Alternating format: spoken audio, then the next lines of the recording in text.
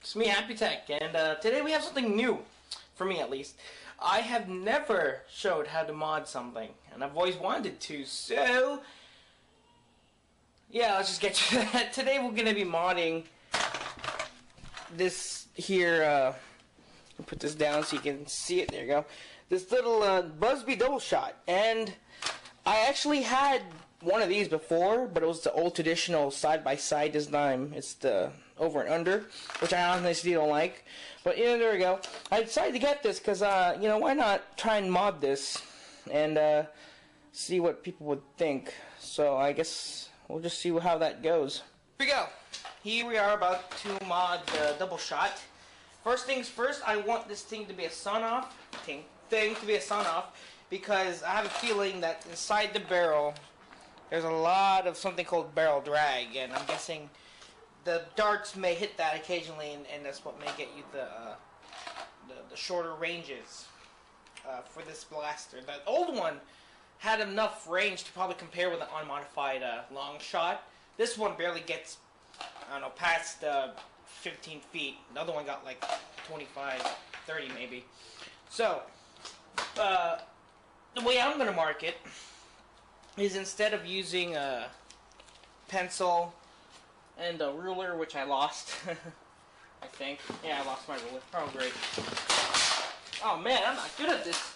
Anyway, I'm just going to use a piece of painter's tape, which will actually be a physical line to follow rather than a one drawn on the barrel.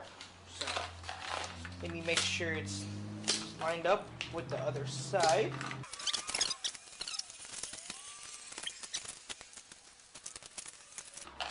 There we go. That's the point we're going to cut before. So, after we saw the barrel off, I'm gonna just sand it so it's smoother, and also so I could possibly paint in the future. So, let's get to sawing this thing off.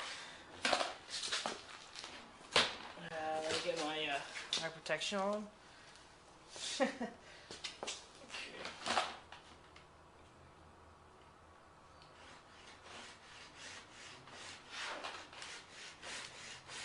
Now I'm just using the weight of the saw to do the work. I'm not actually putting any pressure because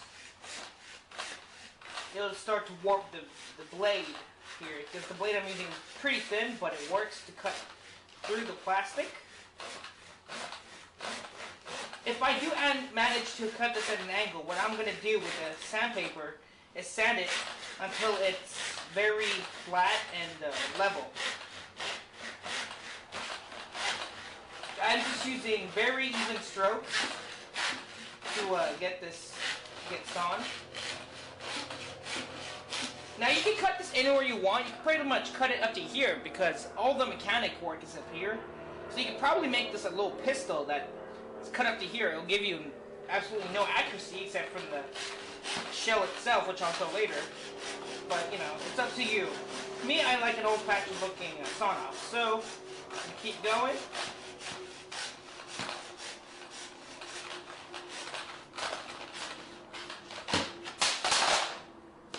Look at that. Nice, perfect saw. Alright. As you can see, it is not entirely straight, so I do have some more work to do. Yes, I'm about to saw off.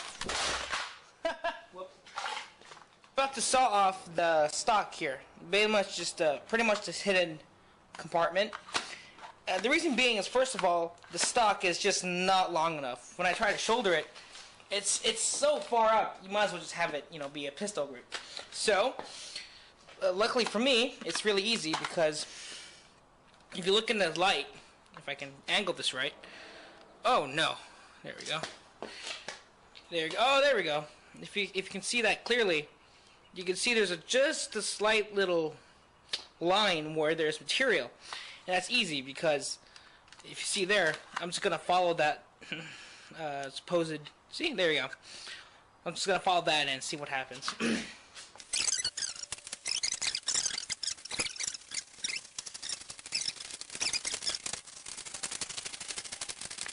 And also make sure to keep your thumb obviously away from the saw, otherwise your thumb is not gonna have a good day.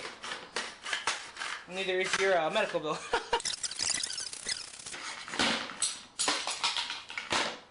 Now let's just go back upstairs after I sand this in my room, and let's see what we can do internally. Believe it or not, the double shot, Busby double shot, how you want to say it, is actually quite simple in the way it primes. The only reason it looks like it's complicated is because of this string and the clicking noises. What's actually happening is when you release this, hard to do one-handed. When you release this, and then you start cocking, pulling this string right here, and what happens is that the catches engage right here, which allows it to get cocked. That's pretty much what's happening. And the two-stage trigger is actually just this. 1, 2. That's pretty much it. It pretty much just releases the sear at a slightly sooner time than the other. You could practically make a new piece, whatever you want, out of not cardboard, metal, plastic, carbon fiber, fiberglass if you want, or whatever you want. And you could pretty much make these both at the same time, so it's pretty much one pull will release both, and the other one will just be there. That's the way I'm getting at this. The previous system of having all these pulleys made it really slow and cumbersome to reload. So to remove it, all I did was pretty much just cut the rope. Making it the old way, it wouldn't actually be utilizing all the clicks. There would actually be, I think, 2 more clicks you could do. So yeah, so I'm just gonna use the pull method. I'm gonna attempt to do, which is, as we all know, with the double shot, it has this famous eject the shells thing, which some people don't like. Now, I took a quicker look at the ejection mechanism, and it was actually quite simple in the way it functioned. When we open it up, if you look closely, let me get a shell.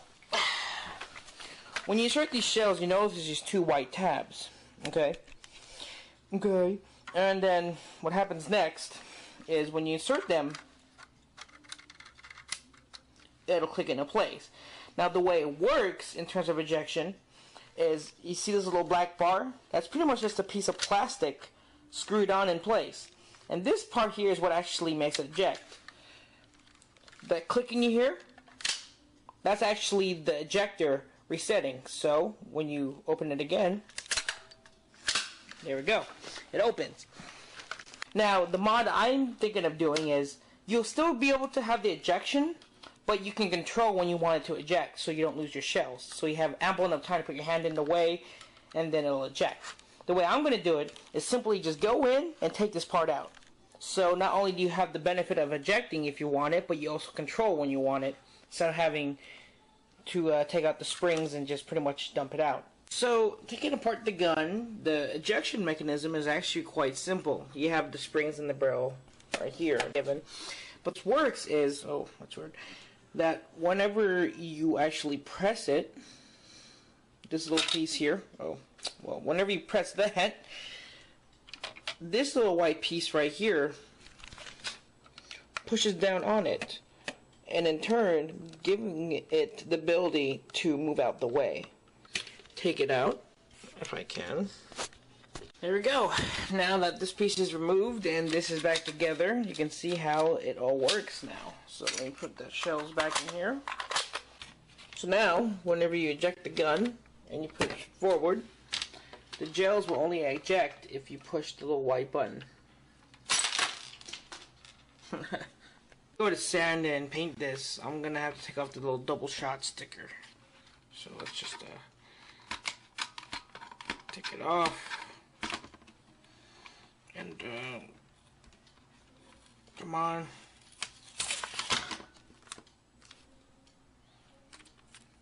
Okay. What to do is sand this part right here, cut this little knob off, and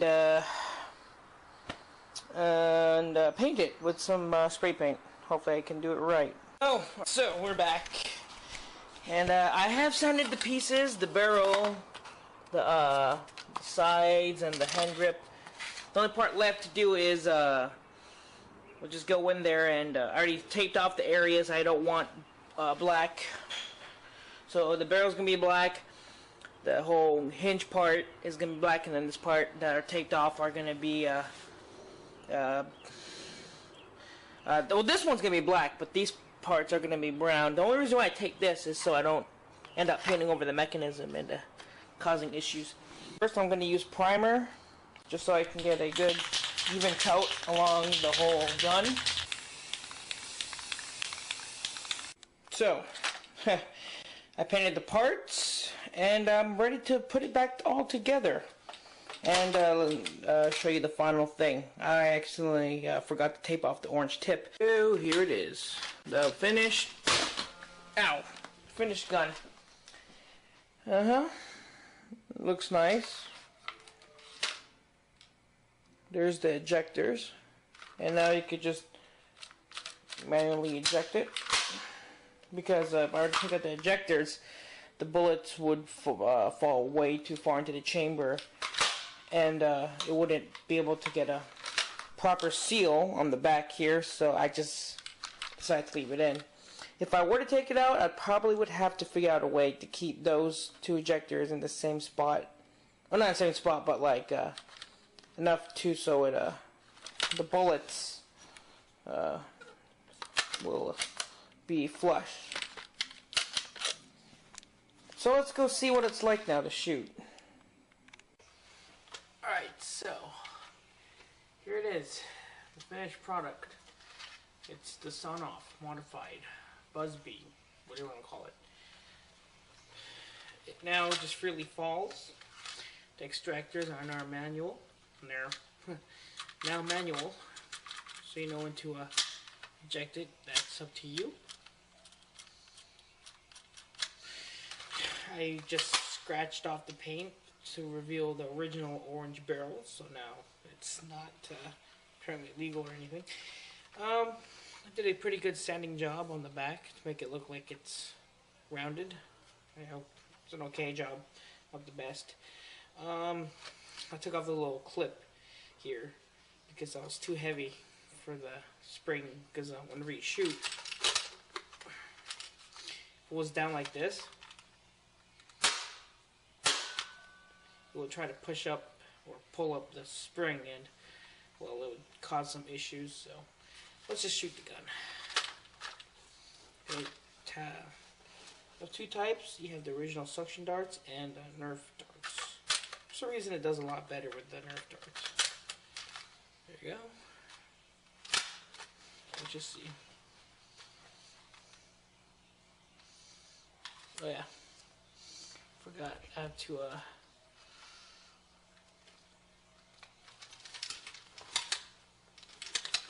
there we go. Okay.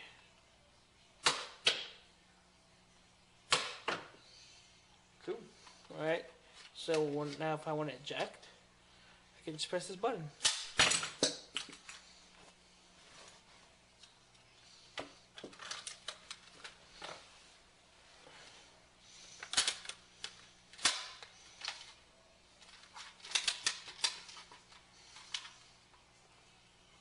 Okay.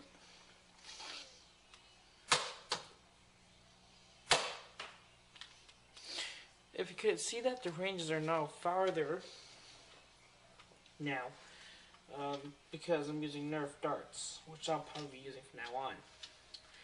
And so that's about it. It's my very first mod on a gun like this. That actually, I don't know, just a little mod. So the Busby double shot, my very first actual mod I tried per se. And now you can actually just catch the shells when they eject, so you don't lose them. So anyway, that's about it. That's the gun. That's the Busby double shot. If you guys liked it, yeah, not much. Anyway, my name is Happy-Tec, and yeah. So until then, I'll be signing off.